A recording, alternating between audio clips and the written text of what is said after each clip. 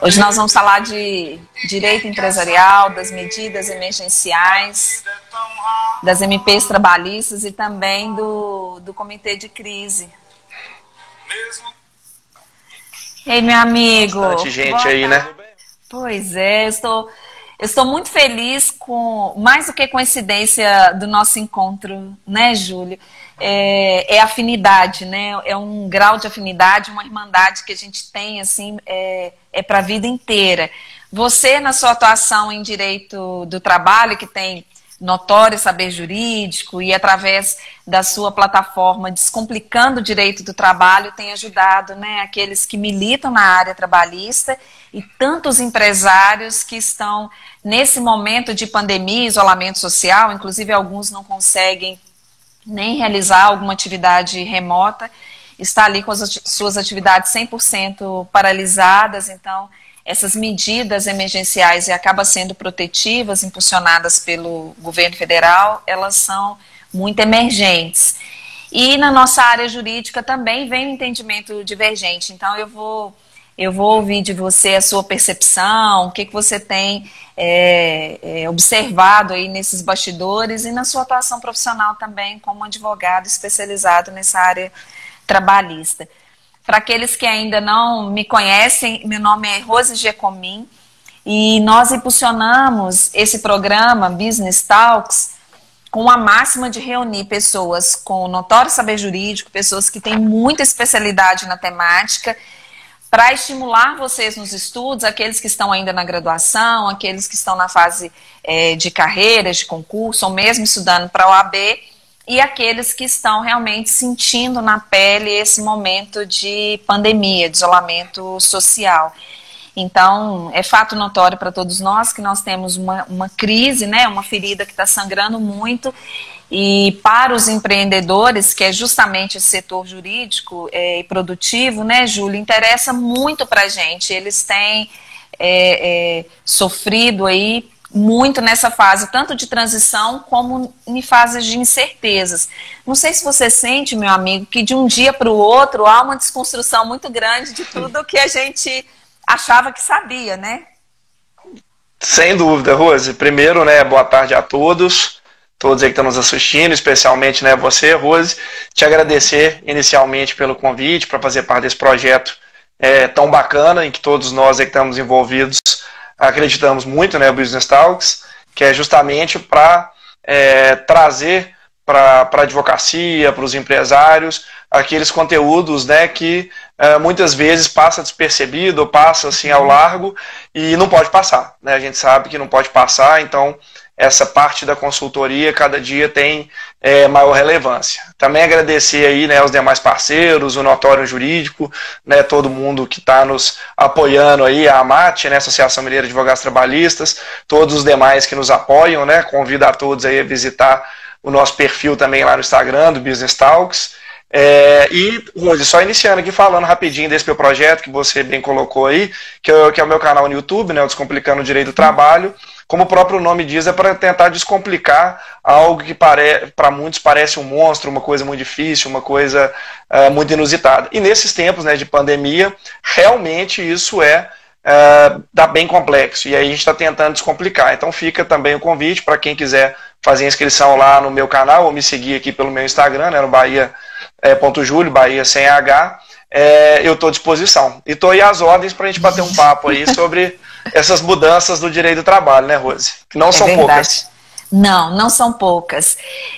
Fala um pouquinho para a gente qual está sendo a sensibilidade ou aplicabilidade. Vamos iniciar primeiro com a visão geral da MP 927, meu amigo. Vamos lá, Rose. Vou falar aqui as minhas impressões, não só como professor, mas também como advogado atuante, né, na área trabalhista, que vem, entre aspas, aí, sofrendo bastante com essas mudanças legislativas. A MP 927 ela foi editada nesse contexto da pandemia, justamente para tentar harmonizar algumas situações que envolvem patrão e empregado, né, para que seja possível a manutenção desses empregos e da renda, né, desses trabalhadores. E também, né, para que seja possível a manutenção das atividades empresariais. Então a MP 927 ela já traz um rol bem interessante de medidas que podem ser adotadas. Dentre eles, eu destaco aqui a possibilidade do teletrabalho, que já é uma previsão na CLT, mas ela é mais flexível, né, na medida provisória 927.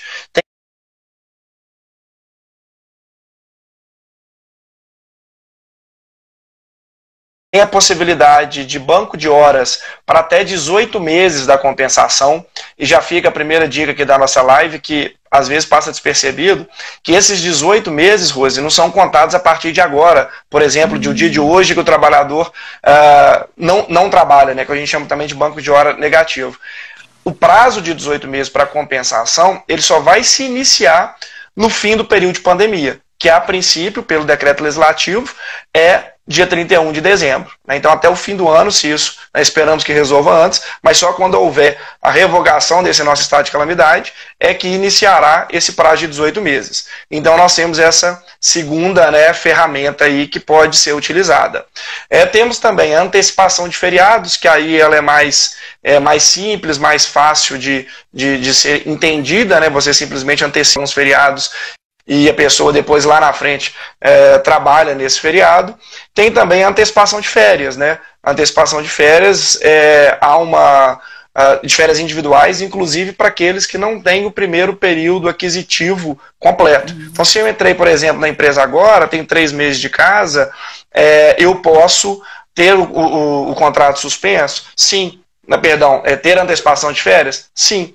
Ah, mas você não tem o primeiro período aquisitivo completo. Não tem problema. Eu fico, entre aspas, devendo essas férias para o empregador. Até faço um parênteses aqui, que a medida provisória 927, aí fica como uma segunda dica já, ela prevê indefinidamente a antecipação de férias, ou seja, para vários períodos aquisitivos. Isso não me parece que pode ser feito com segurança jurídica, né? Já discutimos isso em outras lives, com outros colegas aqui da área. E a recomendação que a gente faz é para antecipar apenas um dos períodos, né? Para que não haja, uma violação à natureza jurídica do Instituto das Férias. Porque imagina eu com 3 meses de casa devendo 3 anos de férias. Pois então, não tem razoabilidade. Não ficar ininterrupto, né? Porque ali precisa desse momento de descanso, né? Exatamente. Júlio, outro questionamento que eu estou vendo muito também que está acontecendo em relação aos benefícios. Porque vem os benefícios também agregado ali naquele valor mensal, né? E até onde pode suspender esses benefícios, como por exemplo, o vale-refeição ou transporte e alimentação. Como que fica essa questão para aqueles que estão atuando em home office? Isso, essa é uma outra polêmica cotidiana aqui. Como a pessoa está trabalhando, ainda que no regime de home office, via de regra, os benefícios têm que ser mantidos. E eu já também ressalto aqui que o vale-transporte, né, não é benefício. Ele é dever legal do empregador de conceder esse vale para o deslocamento casa-trabalho-casa desse funcionário. Então, se há o teletrabalho, não há esse deslocamento, ele não precisa conceder o vale durante aquele período e, obviamente, ele também não pode realizar o desconto que é autorizado por lei na ordem de 6% no contra-cheque do trabalhador. Agora, os demais benefícios, nós vamos ter que analisar a forma pela qual ele é concedido, Rose. Se for por mera liberalidade, ele aderiu ao contrato de trabalho. Então, se eu tenho um vale alimentação que eu concedo por liberalidade, eu, empregador, ele vai ter que ser mantido. A única hipótese é se houver alguma ressalva em convenção coletiva, no sentido de que um trabalhador em home office, em teletrabalho, não tem direito a esse benefício. Então, isso é muito raro, eu desconheço, mas eu não posso deixar de mencionar porque é uma possibilidade jurídica. Então, a princípio, a gente tem a manutenção de todos os benefícios. E aí, quando a gente aqui mais à frente, tratar da suspensão do contrato de trabalho prevista na MP 936. Para aqueles que optaram em dar continuidade para o trabalho home office, eu acho que nós nunca tivemos tão conectados de forma digital, né? Então, talvez esse trabalhador também não tenha uma internet, ou dependendo da velocidade, ou até mesmo se ele precisa usar o telefone. Como que fica essa contrapartida? O que você tem observado entre empregado e empregador que optaram em gerar continuidade? O que a gente está pregando muito, e há tempos, mas notadamente nesse momento especial que a gente está vivendo, Rose, é o diálogo. tem que haver um diálogo entre patrão e empregado, desprovido de qualquer, né, vamos dizer, pé atrás. Porque ambos estão ali, talvez a gente vai chegar na MP 936, mas até com a intervenção no Estado nela, imbuídos num bem comum, que é a manutenção da atividade empresarial, a manutenção do emprego. Então, nesse espírito, é óbvio, né, que é dever do empregador fornecer os meios de trabalho para aquele trabalhador. E eu tive até um caso muito interessante na minha advocacia, que foi uma empresa de call center, porque durante certo período ela não pôde exercer as atividades na localidade em que ela se encontrava, por um decreto municipal. E qual foi a solução no primeiro momento? Levar esses trabalhadores para um home office. E qual que era a dificuldade que ele tinha? Primeiro, de linha telefônica até tinha, mas de banda larga de internet.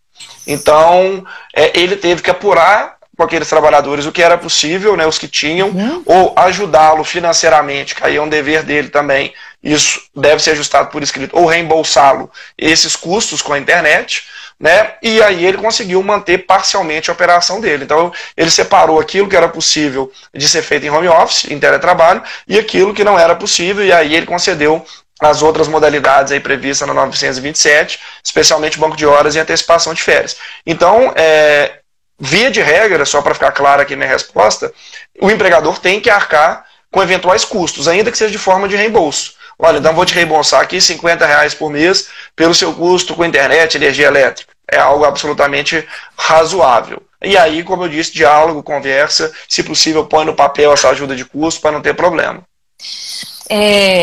Aproveitando o seu insight em relação à MP 936, ela veio como uns bons ventos, né? Mas ela trouxe também muita discussão quando nós tratamos de redução de carga horária, de suspensão, se ia antecipar o seguro-desemprego, como que ia ficar esse cenário?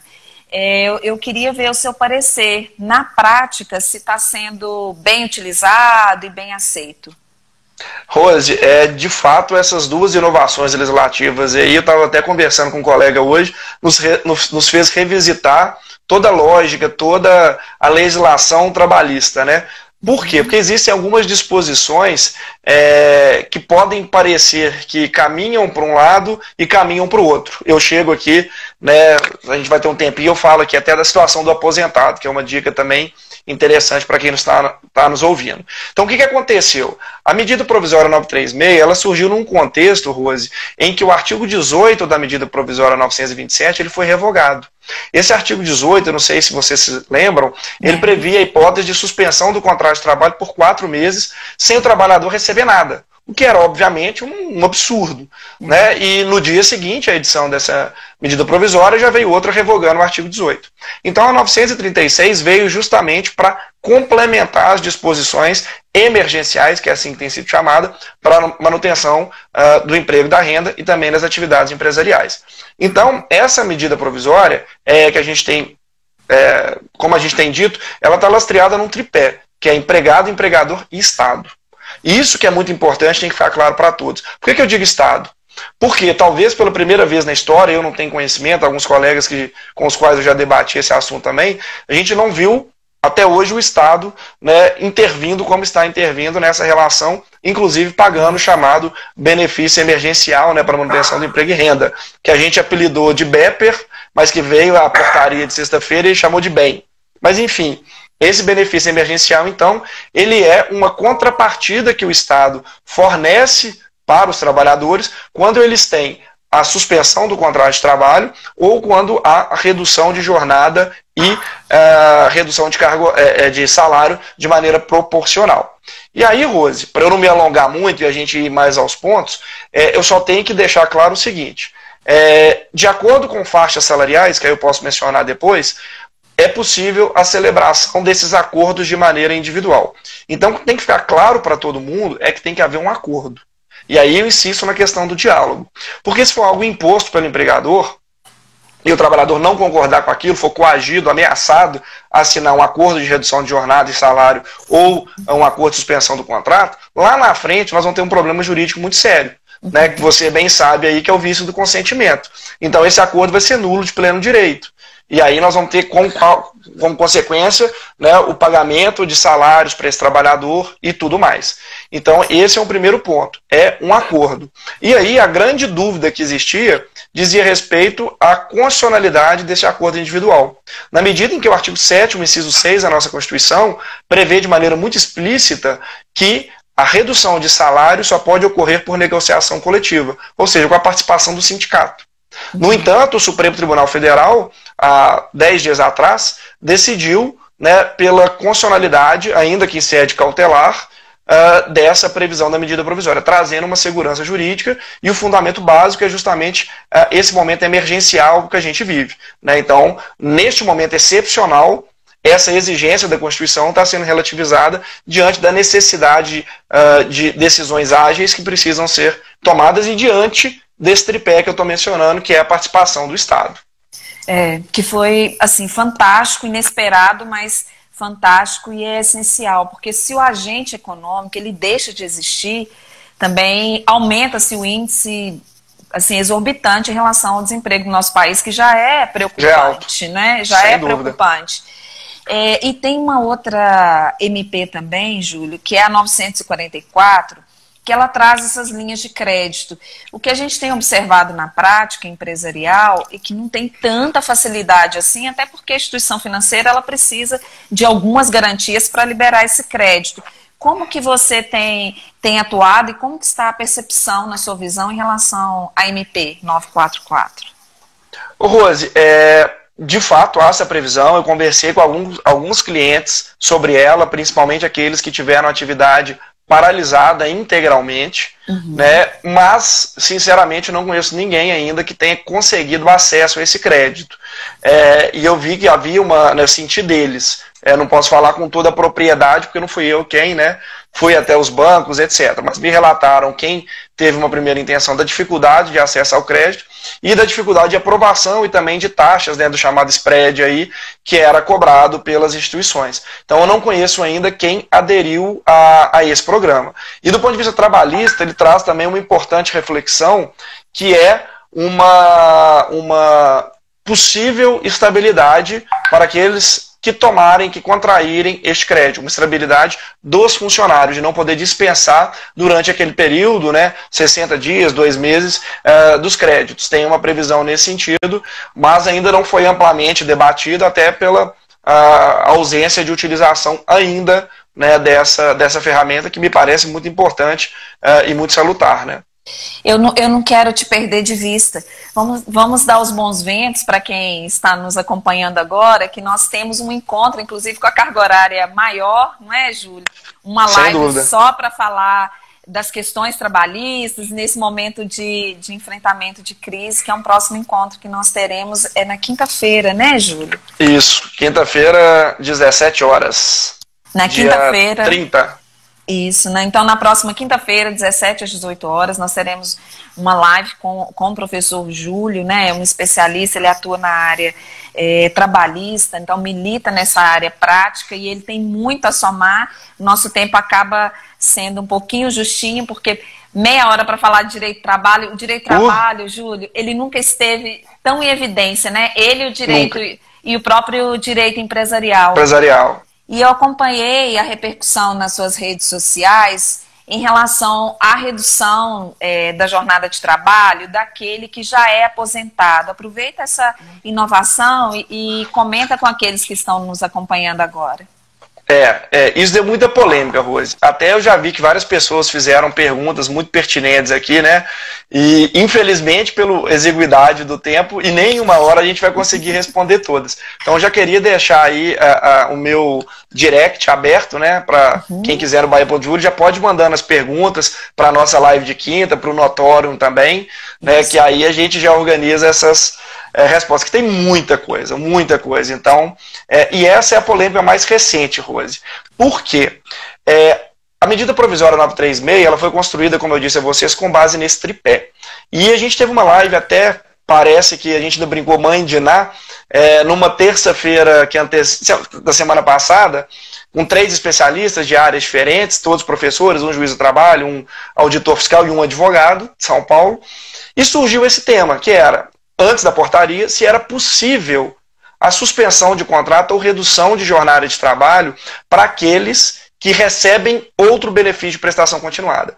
Aí, a primeira percepção e a primeira confusão que foi feita, e uma confusão legítima, eu recebi ligações aqui de colegas da área previdenciária, de pessoas que atuam na contabilidade, era, Júlio, não, a impossibilidade de cumulação do benefício emergencial com quem recebe um benefício previdenciário de prestação continuada, né, só há impedimento no BPC, que o BPC ficou muito conhecido para nós, né, como aquele benefício que é dado para as pessoas que necessitam de uma assistência social. Isso ficou muito em evidência na reforma previdenciária. No entanto, eu deixo muito claro, e a legislação é muito cristalina, que não é esse benefício de prestação continuada. Prova disso que a MP 936, ela já traz a ressalva do quê? Todos os benefícios de prestação continuadas não podem ser acumulados com esse benefício emergencial que o governo está dando, exceto pensão por morte e auxílio acidente. Então a gente já fica, opa, não pode ser o BPC. E de fato não é. O BPC tem, né, lastro na Constituição, lastro em legislação específica, né, que é a Lei Orgânica da Assistência Social, a LOAS. Então o primeiro esclarecimento tem que ser esse.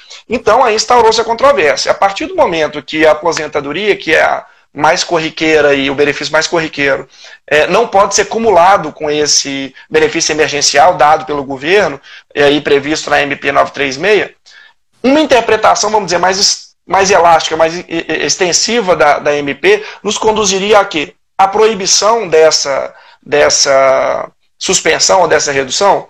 Uhum. E a reflexão que a gente fez é que nos parecia que sim. Porque dentro desse tripé a gente não teria o Estado. Se não tem o Estado, aquele trabalhador, por exemplo, que recebia R$3.000 na empresa, ele teria o seu contrato suspenso e não receberia mais nada.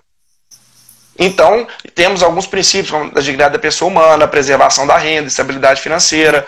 Então, isso ficaria gravemente prejudicado. Embora os que argumentassem em sentido contrário, invocassem a ausência de uma vedação expressa no texto da medida provisória, invocassem também que a manutenção da renda estava garantida por esse outro benefício, que no caso é a aposentadoria.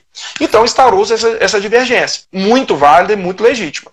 E ela, na minha visão, e da maioria, caiu por terra com essa polêmica que você bem observou nas minhas redes sociais. E isso deu uma polêmica danada, que eu fiz um post na sexta-feira dizendo, olha, o aposentado não pode mais ter o contrato suspenso. Choveu direct, me ligaram, uma confusão no Júlio, você está louco. Eu falei, não estou. E por que eu estava falando disso? Porque foi editada na última sexta-feira a portaria, sou ruim de número, deixa eu pegar uma colinha aqui, eu já fico devendo o número para vocês aqui, mas já chego nela. A portaria que diz o seguinte: é vedado o acordo individual para fins de celebração de acordo para suspensão do contrato de trabalho ou redução de salário e jornada para aqueles que recebem outro benefício de prestação continuada. Então veio a portaria para acabar, dirimir com essas dúvidas. A Gal me ajudou, e obrigado, a 10, 4, eu sou péssimo de número, quem foi meu aluno sabe, número de artigo, número de lei e nome, eu sou ótimo em fisionomia de guardar o conteúdo, mas o número eu sofro. Mas somos dois. A portaria veio estabelecer de maneira muito clara. E aí a controvérsia foi essa, que muita gente, né, já tinha orientado clientes legitimamente e corretamente que era possível essa suspensão. E os programas do governo, o Web Empregador, entre outros, não bloqueiam isso. Não que isso seja um fundamento jurídico, mas seria um indício que não poderia ser feito, né? Então, depois de 24 dias já de validade da medida provisória, a gente teve essa portaria. Então, olha que complexidade que o direito do trabalho tomou. Né? Então, há quem sustente ainda não, a portaria é ilegal porque ela está restringindo o que a medida provisória não restringiu. Ok. Aí são construções que a gente pode fazer, interpretativas, nesse sentido. No entanto, né, a posição mais conservadora, e aí que eu falo enquanto advogado, e também acho que a mais harmônica com isso tudo que eu expliquei aqui, e digo enquanto professor, é a interpretação da portaria. Agora, ela causou uma insegurança jurídica sem tamanho. Porque o que a gente faz com quem já está com o contrato suspenso? Pois é, olha que cenário. Não me faz essa pergunta não, tá? Tá bom. Bom, eu vou deixar para aqueles que estão acompanhando o nosso ao vivo com gostinho de quero mais, porque te Deixa para quinta, né? na nossa quinta-feira, de 17 às 18 horas, nós vamos lançar as peças oficiais, mas o professor Júlio, ele já confirmou e reservou a agenda nesse horário, então a próxima quinta-feira, 17 às 18 horas, nós vamos tratar, né, Júlio, de direito do trabalho, de temáticas extremamente relevantes, porque o tempo ele é muito justinho, e eu acredito que depois desse encontro na quinta-feira, vamos olhar a repercussão, mas eu acho que quem acompanha o Grupo Notório e acompanha o nosso trabalho também, acho que eles vão querer um pouquinho mais, mas e aí são as próximas cenas. Vamos aguardar o nosso encontro de quinta-feira para ver se com 1 hora a gente consegue esgotar. E reforço o pedido do professor Júlio para enviar as perguntas, os questionamentos. Eu vou revisitar depois a nossa gravação e vou anotar, para que nesse encontro na quinta-feira a gente consiga abraçar o máximo de questionamentos para ajudá-los aí nessa fase.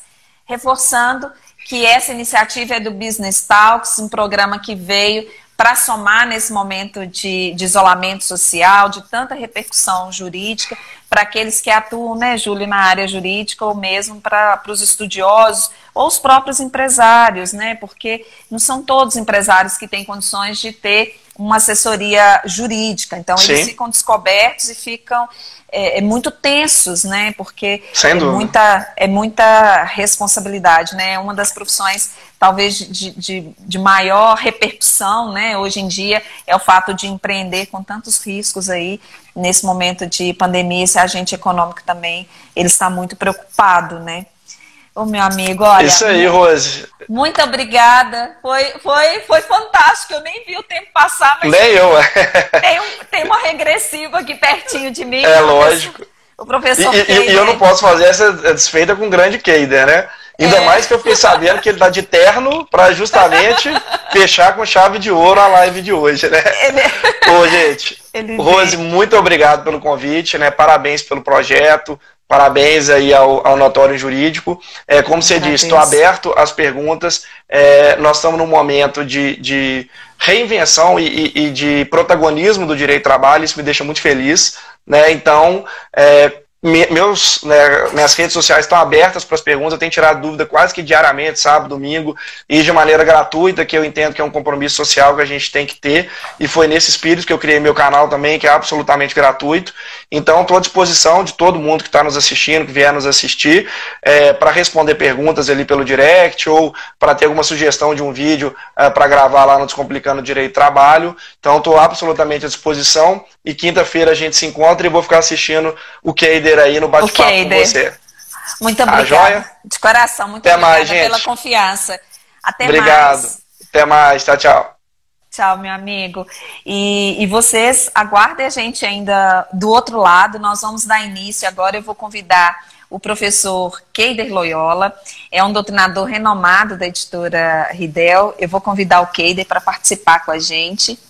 E ele vai tratar sobre o comitê de crise. Enviei o convite para ele, e quem está apoiando o programa Business Talks, que é essa iniciativa gratuita, que nós estamos aqui pertinho de vocês no canal do Notório Jurídico, a editora Ridel está nos apoiando, a Mate, Descomplicando Direito, tem uma agência de publicidade e um belo trabalho que eles desenvolvem, que é a DP3 Comunicações, né? O Marinho, ele está acompanhando a gente ao vivo aí do outro lado, é um grande amigo, um parceiro.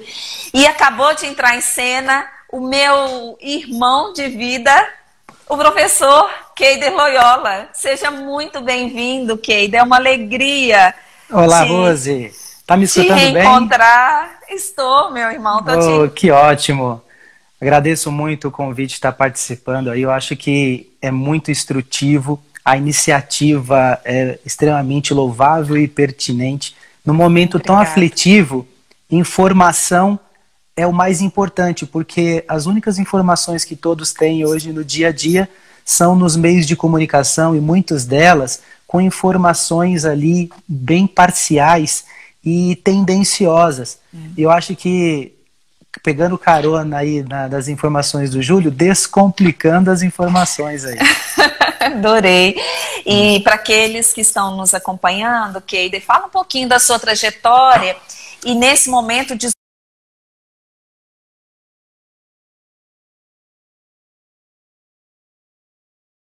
isolamento social, um pouco da sua atuação profissional, que eu já conheço, fico do outro lado aplaudindo, mas que eles ainda não sabem, você não parou, né, nesses dias. Não parei, Rose. Eu atuo como procurador, da mesma forma que vocês aí em Minas estão acompanhando, todo mundo aí, o Brasil inteiro, acompanhando os seus estados, seus respectivos decretos estaduais. Aqui em São Paulo nós temos também as nossas obediências aqui ao decreto também, da mesma forma e supletivamente ao decreto federal.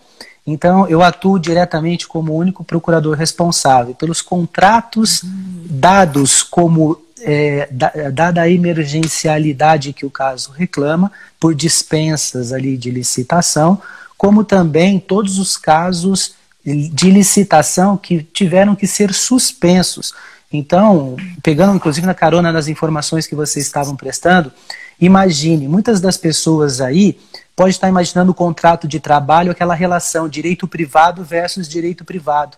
Mas eu incluo nas nossas discussões o direito privado, dono de uma empresa de ônibus que teve seu contrato de trabalho suspenso, infelizmente por um parecer meu, mas teve um contrato ali dispensando centenas de funcionários, e sabe-se lá qual vai ser a destinação, se férias ou até mesmo dispensa do próprio funcionário, mas tivemos ali a suspensão de diversos contratos, e as pessoas, principalmente aqueles estudiosos do direito, aqueles que têm intenção em prestar concursos públicos voltados às carreiras, voltadas à administração pública, como as carreiras de procuradoria, da qual eu sou afim, eu creio que seja prudente, até mesmo para aqueles militantes entenderem qual é a flexibilidade da medida que vocês estavam aplicando no âmbito da administração pública, até onde ela não interfere no fato do príncipe, até onde existe a supremacia do interesse público sobre o particular, até onde o interesse público clamado no decreto 6/2020 federal, e supletivamente aqui em São Paulo, nós tivemos mesmo, por meio do nosso governador, intitulando ali a calamidade pública e exteriorizando isso por meio de um estado de quarentena. E dentro de cada, inclusive, muitas pessoas visualizam muita figura decreto, mas por que decreto e não lei? Sabe, as pessoas, eles estão absorvendo informação sem saber a origem. Então eu acho prudente, antes da gente começar qualquer coisa... Gostei. Entender um pouquinho, e inclusive por ser acadêmico, eu acho interessante a gente entender primeiro a normatividade jurídica que reveste o caso, para depois a gente entrar intimamente sobre os casos em tela, ou que possivelmente pode. Então, a gente inicia por um estado de calamidade reconhecidamente no âmbito nacional, decreto 6.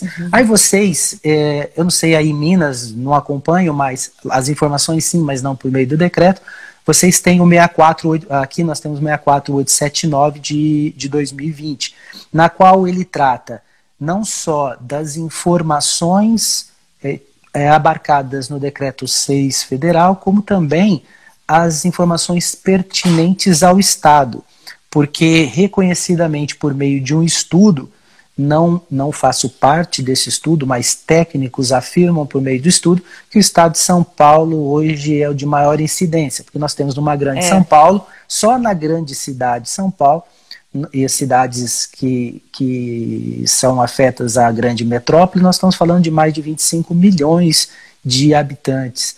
Então, a repercussão tá grande, não está, Keida, em relação a São Paulo. E a particularidade demais.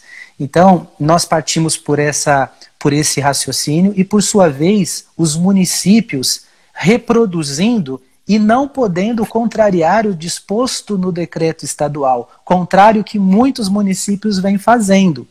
Ou seja, a União não pode interferir no interesse público sobre a calamidade no Estado. Isso é uma regra de uma decisão monocrática do STF. Mas não é isso que a gente está vendo. nós estamos vendo uma insubordinação do Estado perante a federação e uma incongruência e uma falta de sinergia entre os municípios e o Estado, na qual você vê descumprimentos, seja de chefe do Poder Executivo Municipal frente ao decreto estadual, ou seja, a infrações assim gritantes, como também nós estamos vendo o administrado eu falo, o dono da empresa, a pessoa que vai comprar um álcool em gel na farmácia, o administrado, enquanto nós temos a administração pública, nós temos os administrados, nós somos os administrados. Então, esses administrados, num enfrentamento à administração pública, num grande violação a um exercício de liberdade. Essa liberdade ela pode sim ser cerceada em razão de um direito maior, que é o direito à vida. Nenhum direito constitucional ele é absoluto. O direito à vida ele se sobrepõe a isso. Então, quando as pessoas alegam que o seu direito é o direito de ir e vir, não, isso não é o suficiente. Mas o que está acontecendo, Rose, é a desobediência civil. A desobediência das pessoas descumprirem e abrirem seus comércios para falar o seguinte: ou eu morro de fome ou eu morro de Covid. Então, até onde as aplicações de multa, até onde as pré-estipulações contratuais, por exemplo, o que o Júlio falou até agora, até onde elas efetivamente vão ser cumpridas e não vão ser alteradas no ramo do direito do trabalho. Porque o direito do trabalho, inclusive, foi meu grande vilão no concurso público, em todos os que eu já prestei. E vamos aproveitar essa pauta de concurso público para você comentar com aqueles que estão nos acompanhando. Quantos concursos você já foi aprovado, meu amigo? Tem 37 aprovações em concursos. Olha que bela conquista, hein? Então, no meu conhecimento técnico, diversas áreas que eu já atuei junto à administração pública e poderes da administração, eu posso falar com propriedade que ninguém está falando com propriedade plena, porque o STF se manifesta com uma certa reverência aos estudiosos, mas não chega a uma conclusão. Os decretos, eles não exaurem tema, eles não tratam o que vem a ser, por exemplo, um estabelecimento comercial essencial para se manter aberto. Por exemplo, ótica pode ficar aberto, porque ótica, olho, é na área da saúde. Então são várias características. Então, a normatividade sobre esse tema é importante, porque nós temos a Constituição logo de início, no artigo 196, ele trata do direito à saúde. Então, se eu tenho direito de saúde, e aí você fala assim, mas por que por meio de decreto o chefe do executivo o faz? Simples, pessoal, porque por meio do decreto, o chefe do executivo, por ato privativo que lhe é afeto, ele externiza uma manifestação. Lógico que nós não estamos falando de decretos autônomos, porque nós não temos muitos espaços para isso. Mas vocês podem ver que o decreto ele simplesmente se reveste olha, nós estamos em estado de calamidade, ponto. Olha, e os estados vai falar aí especificamente, tecnicamente e tematicamente sobre o seu tema, porque vocês vão ver hoje que existem estados que estão com um problema equivalente ao Covid, ao mesmo, com um problema tão pesado quanto H1N1. Aí você pega lá o Amazonas, você não sabe do que a pessoa, qual gripe que a pessoa está morrendo, tá? E que tipo de febre, se é amarelo ou não. Então, e hoje, agora particularmente, Rose, a opinião do Keider, agora não mais um procurador falando, até porque senão sobra a mim responsabilidade funcional. Perfeito. Mas, eu fiz essa breve antes, mas os chefes do executivo hoje, com muitas exceções, seja estadual e municipal, para eles é uma certa conveniência para que se mantenha os decretos de calamidade, por quê? Bens, aquisição de bens, serviços de engenharia, insumos, todos eles estão por dispensa de licitação pela 13979 Eu ia te perguntar como que está a nossa lei de licitação nesse momento. Nós vamos falar tecnicamente até sobre isso. Então, é conveniente, eu não estou dizendo que paira em improbidade ou coisa parecida, não, mas é conveniente, porque muita coisa de saúde pública que não era feito num estado de uma situação normal está sendo colocado agora. Então, isso me incomoda muito e, por ser o procurador responsável no comitê de enfrentamento, eu venho enfrentando realmente essa força contrária e essa avalanche que vem. Mas eu tenho que salvaguardar o quê? Poxa, eu não posso aplicar mais, as pessoas que conhecem a administração pública, nesse momento eu não posso mais aplicar as regras do artigo 24 ou até mesmo do 25 da 8666. Eu não aplico mais essas regras de dispensa ou inexigibilidade de licitação da regra da 8666. Agora não, eu vou aplicar a 13979/2000, que é que falaram agora, em especial ao seu artigo 4º, que fala, olha, vai ficar dispensada a licitação e pelo período da quarentena e da calamidade para aquisição de bens, insumos, prestação ali de serviços, inclusive aqueles de engenharia. Então a norma é uma norma aberta, na qual a interpretação para ela é subjetiva e pode ser comportada aí diversos tipos de trabalho. Então, o que me incomoda muito é que está sendo colocado aí uma interpretação extensiva. E na administração pública, segundo Seabra Fagundes, ele falou que administrar é aplicar a lei de ofício, Rose. E se aplicar a lei de ofício, é aplicar o que nós temos por lei. Imagine, se eu tenho que me revestir da estrita legalidade em se tratando de administração pública, quando eu falava em dispensa de licitação, seja no artigo 24, ou também de exigibilidade, os artigos 25 da 8666, agora você imagina qual é a maior razão eu tenho que fazer agora para essa dispensa de licitação, não mais da Lei 8666, mas agora pela 13979/2000. Porque lá ela fala o seguinte, eu tenho que justificar, motivar o ato administrativo. Então, ele tem a competência, motivo, finalidade e forma. Eu tenho esse, além dos seus atributos.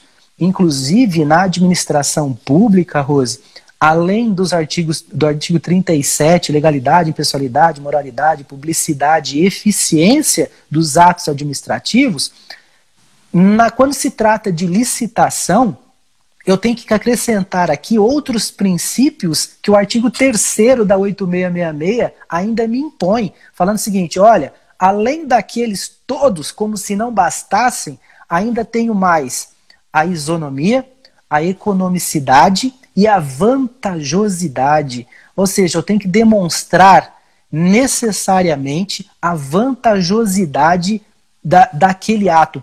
Por que eu tenho que comprar álcool em gel? Por dispensa. Porque é emergente. Estou precisando? Sim, ótimo, comprou. Por que eu devo continuar comprando por dispensa de licitação, Rose? Se eu já tenho estoque lá, por que eu tenho que continuar comprando por dispensa? Então isso incomoda, porque é o horário. É o horário. Imagino. Eu falo assim, o Ministério Público hoje, ele está bem atuante, só que aquela coisa, ele quer ver o resultado hoje, as consequências ele vai apurar depois, para ver se os motivos foram o suficiente para aquela aquisição, né?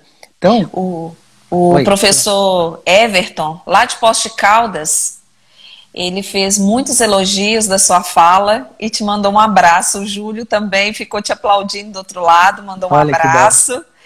Ivan também, Ivan falou que o esclarecimento foi fantástico, e a Leni, eu fiquei até sem graça de interromper, que a exposição de motivos estava tão robusta e tão sólida, e você não acompanhou todos os elogios, e aproveitando esse momento que eu já te interrompi, para você comentar com eles que nós já reservamos um encontro para você falar somente de direito administrativo, né? Que vai ser na próxima quarta-feira. Quarta-feira, às 10 da manhã, nós estamos falando de um momento de quarentena, 10 da manhã, eu aposto que a maioria dos nossos colegas aí não vão estar trabalhando. Não. Né? Ou se tiverem, de uma maneira home office, né?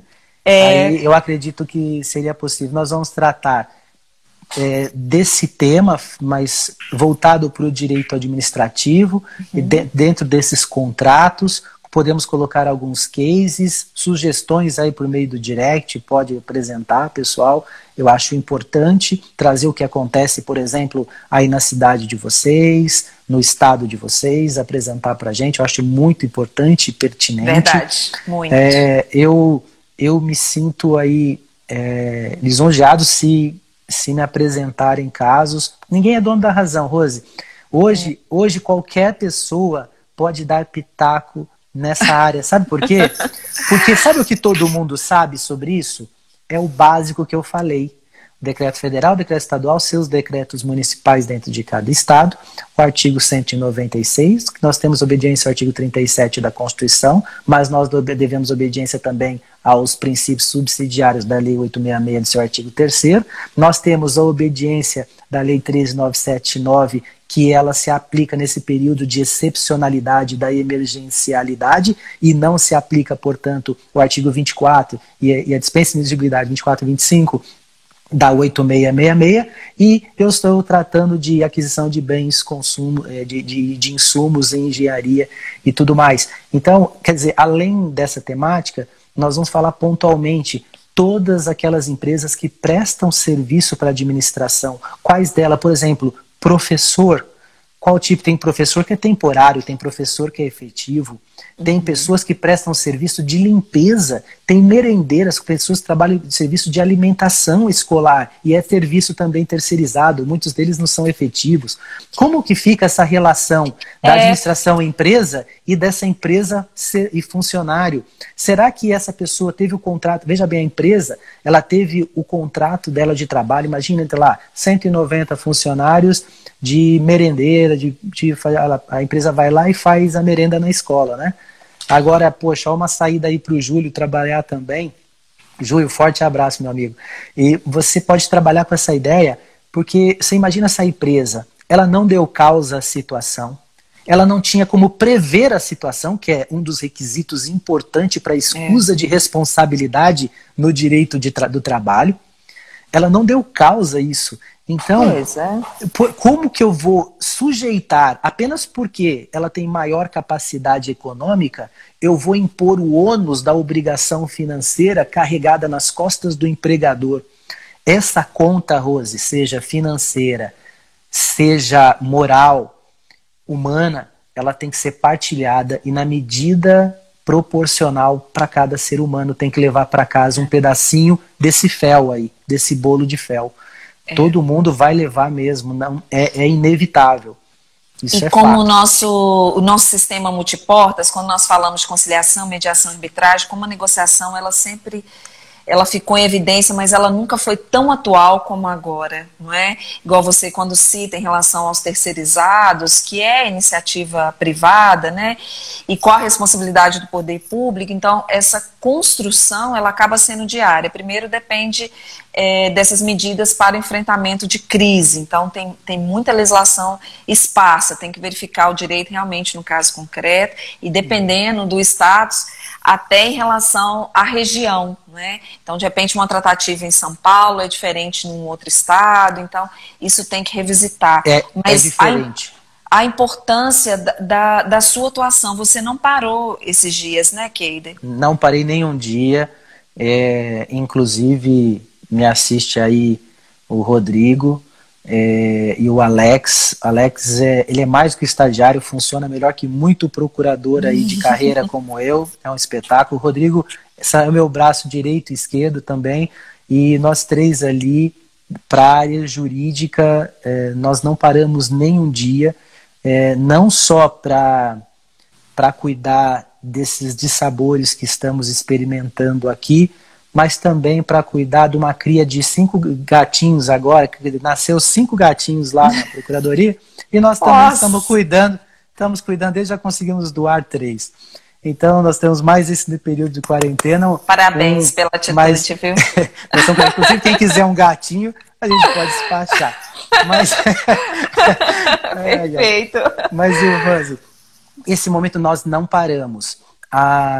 Veja bem, os demais procuradores, eles foram escalonados um dia por semana para tratar de assuntos do executivo, e eu estou dentro do comitê de crise, na qual eu trato exclusivamente dos contratos licitatórios de modo normal, os que estão rodando em modo normal, os decretos que estão sendo editados, a normatividade, vícios possíveis de forma, de objeto, de conteúdo.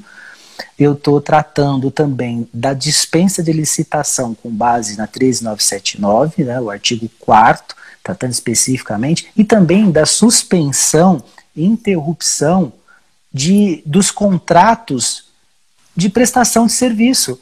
Por exemplo,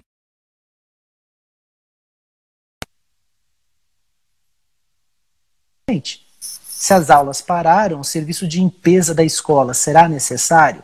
Que eu coloquei, por exemplo, o serviço vai ser parcial, né? O serviço ali ele vai ser parcial, a manutenção parcial. Mas nem todos o fizeram dessa forma. Alguns interromperam o contrato e nada são, por exemplo, cada cidade que você pega no estado são 100 e poucos funcionários de limpeza. Você pega de merendeira, nós estamos falando de centenas também, quando não são efetivos do próprio estado. Você mencionou também, Rose, aí de uma situação, ou é necessário observar que estão aproveitando a dispensa de licitação para comprar sem o menor crédito. Inclusive, Rose, o que o colega acabou de falar aí, boa noite. O Edu também falou que o Tribunal de Contas também depois vai ter um papel importante, né? Chega aqui em algumas cidades, Rose, não precisamos pontuar porque já saiu nos meios televisivos, explorar a própria razão humana, o senso de existir. Por quê? Você pega numa máscara que custa na sua unidade 20 centavos, você vendê-las por 6,80 a unidade, você vender uma máscara de 20 centavos por 180, você já é um criminoso. Agora, você comprar por esse preço é uma dilapidação de um recurso que poderia estar sendo muito bem e melhor destinado. Então, a minha função agora é balizadora de... Então, quais são, Keider, os instrumentos que você utiliza? Além dessa normatividade que precedeu minha apresentação, que eu apresentei para vocês, todos aí, é o meu senso natural de justiça, a valoração humana, mais nada, Rose, porque eu nunca experimentei. Eu imaginei, hipoteticamente, o meu filhinho de 1 ano passando, talvez por isso, uma vez daqui 60 anos. Sabe aquela coisa hipotética que você nunca imaginaria que aconteceria? Né? Nós estamos vivendo aí um momento sui generis. Ninguém experimentou. Já passamos por isso, a humanidade, mas essas pessoas não estão mais vivas. Nós temos isso elencado na história. Sim, Hoje nós temos mecanismos para frear. Nós temos pelo menos a cultura, nós temos aí a ciência para frenar muitas disso, mas para frenar atividades de chefes de executivo aproveitando a oportunidade, a nossa imaginação vai ter que ir mais além. Então, muitos dos senhores aí que estão vendo, vocês vão ver uma coisa. Olha que absurdo. Daqui aproximadamente uns 3, 4 meses depois que acabar essa pandemia, espero que logo, se Deus quiser, você pode ter certeza que, você vai falar assim, poxa, o Keider falou isso naquele encontro. Nunca, nós vamos ter decisões jurídicas extremamente conflitantes, a mesma pretensão, então, sendo veiculada no estado de São Paulo, outra lá no Tocantins, a mesma pretensão com decisões extremamente conflitantes, conflito este a começar do STF para baixo. Isso você pode ter certeza, isso é fato. O CNJ, ele lançou uma recomendação mais voltada, inclusive, para o direito empresarial, Porque a gente tem a Lei 11.101, que é a Lei de Recuperação e Falência, e tem um projeto de lei que eu estou na expectativa muito alta dele ser aprovado, é o 1397. Mas tem uma recomendação para unificar o entendimento dos juízes, porque não tem vara especializada de direito empresarial em todas as comarcas. Então, isso que você falou é muito relevante, porque nós vamos receber um tsunami de ações judiciais pós esse momento de pandemia, quando o expediente estiver normal, e como o Poder Judiciário vai lidar com essas questões. Nós temos 1 minuto para encerrar antes da gente cair. Então, para vocês que estão acompanhando, olha, eu anotei aqui, quarta-feira, dia 6 de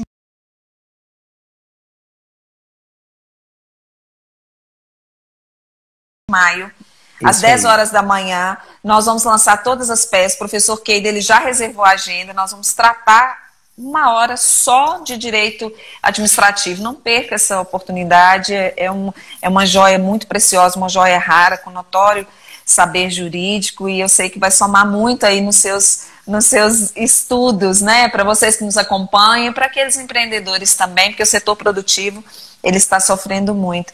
Keide, meu irmão, você recebe meus aplausos, meu abraço, muito obrigada pela sua confiança, impulsionar Business Talks, sem você não estava nem sendo possível, né, você foi cotado, por onde eu vou, eu te levo, por essa pessoa nobre que você é, né, realmente é um anjo de luz. Obrigada ao Grupo Notório, que cedeu o espaço para a gente, na pessoa do Ala, e o Marinho, que está coordenando também todas as atividades, e na plataforma, portal F5 de Notícias, tem uma entrevista do professor Keider também, que o Marinho vai publicar depois da sua entrevista. Tá joia, pessoal, um forte abraço, agradeço, Rose, a oportunidade. Estou à disposição para esclarecimentos aí no direct. Isso, eu que agradeço. Muito obrigada a todos. Até quarta-feira. Quarta da outra semana, né, Rose? Da outra semana, dia 6 de maio. 6 de maio. Meu irmão, que Deus continue te abençoando. Até breve. Amém. Tchau, tchau.